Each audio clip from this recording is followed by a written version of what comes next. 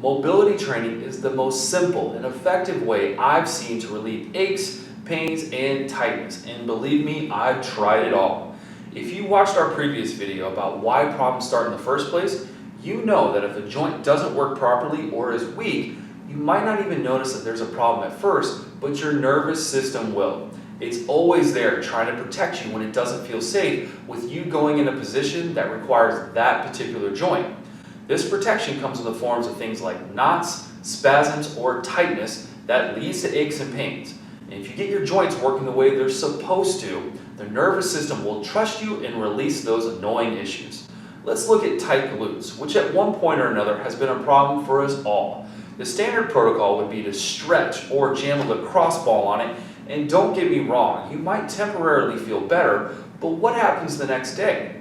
As we know all too well, it comes back and you go through the whole process again, day after day after day.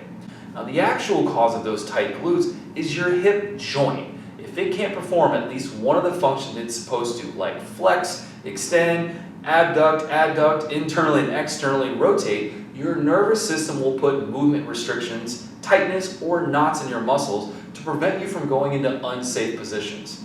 The solution is to first identify what actions your hip joint is limited in and then work to improve that action with mobility training. It really is that simple. Don't believe me? Let's look at the shoulder. Everyone, especially if you've ever lifted weights, you tend to get that little funkiness pain right here in the front of the shoulder. That, my friend, is a joint problem. So it doesn't matter how often you rub this spot, jam a ball in there, and massage it, it's not going to go away because you're not fixing the actual joint problem.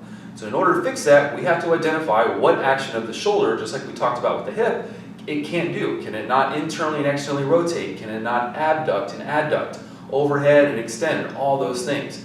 We identify which one it can't do, make it do that, and that pain and tightness feeling here in the front of the shoulder will go away.